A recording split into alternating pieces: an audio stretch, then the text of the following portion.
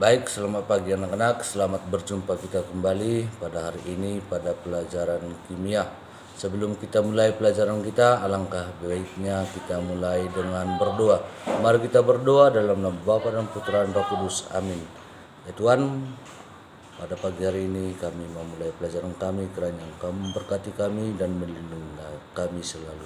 Doa ini kami sampaikan kepadamu dengan perantara Kristus Tuhan kami. Amin.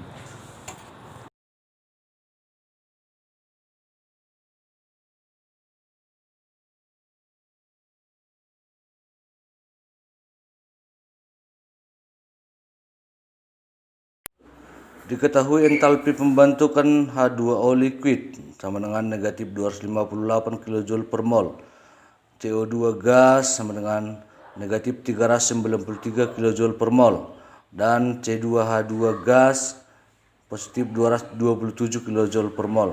Jumlah kalori yang dibebaskan pada pembakaran 0,252 gas di C2H2 dalam kurung MR sama dengan 26 adalah. Nah, langkah pertama kita buat dulu diketahui.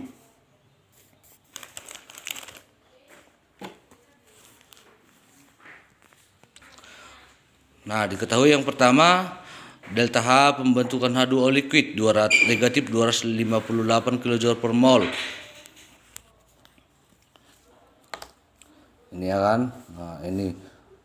Kemudian delta H pembentukan CO2 gas negatif 393 kJ per mol.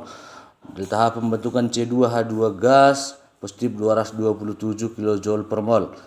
Kemudian yang ditanya delta H reaksi pembakaran C2H2.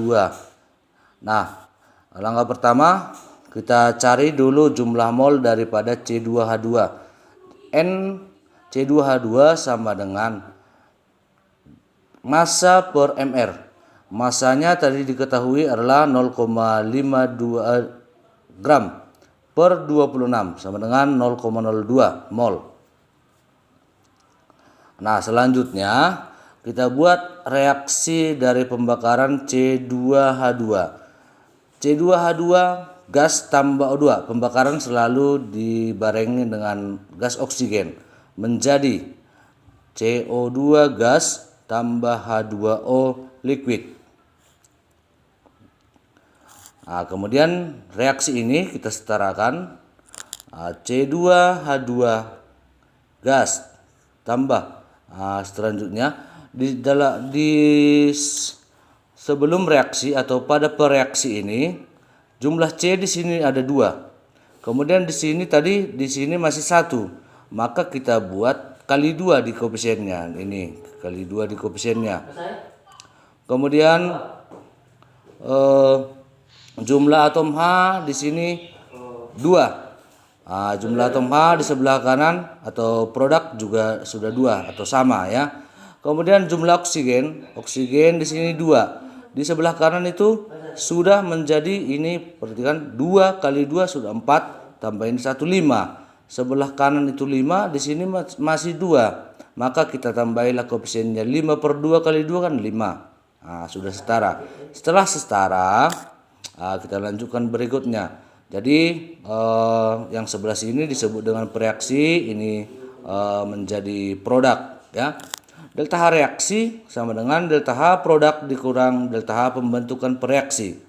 Nah, delta H produk kita jumlahkan. Ini di sini ada CO2. Koefisiennya 2, berarti 2 kali delta H pembentukan CO2 tambah delta H pembentukan H2O. Kayak ini ya yang produknya. Kemudian dikurang pereaksi yang sebelah kiri, yang ini. Berarti delta H pembentukan C2H2 tambah 5 kali 2, di koefisiennya dikalikan ya, dikalikan koefisiennya kali delta H pembentukan O2.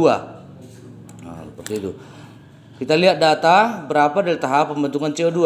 Delta H pembentukan CO2 ini adalah negatif 393 kali 2 tambah negatif delta H pembentukan H2O dari diketahui di atas tadi yang di sini. Nah, itu negatif 258. Kemudian delta H pembentukan daripada C2H2 itu adalah positif 227. Kemudian tambah 5/2 kali delta H pembentukan O2 itu adalah 0. Ya, dalam bentuk gas delta H pembentukannya itu 0. Nah, seperti itu. Nah, setelah kita hitung dikalikan ini 2 dikali negatif 393 tambah negatif 258, nah hasilnya negatif 1044.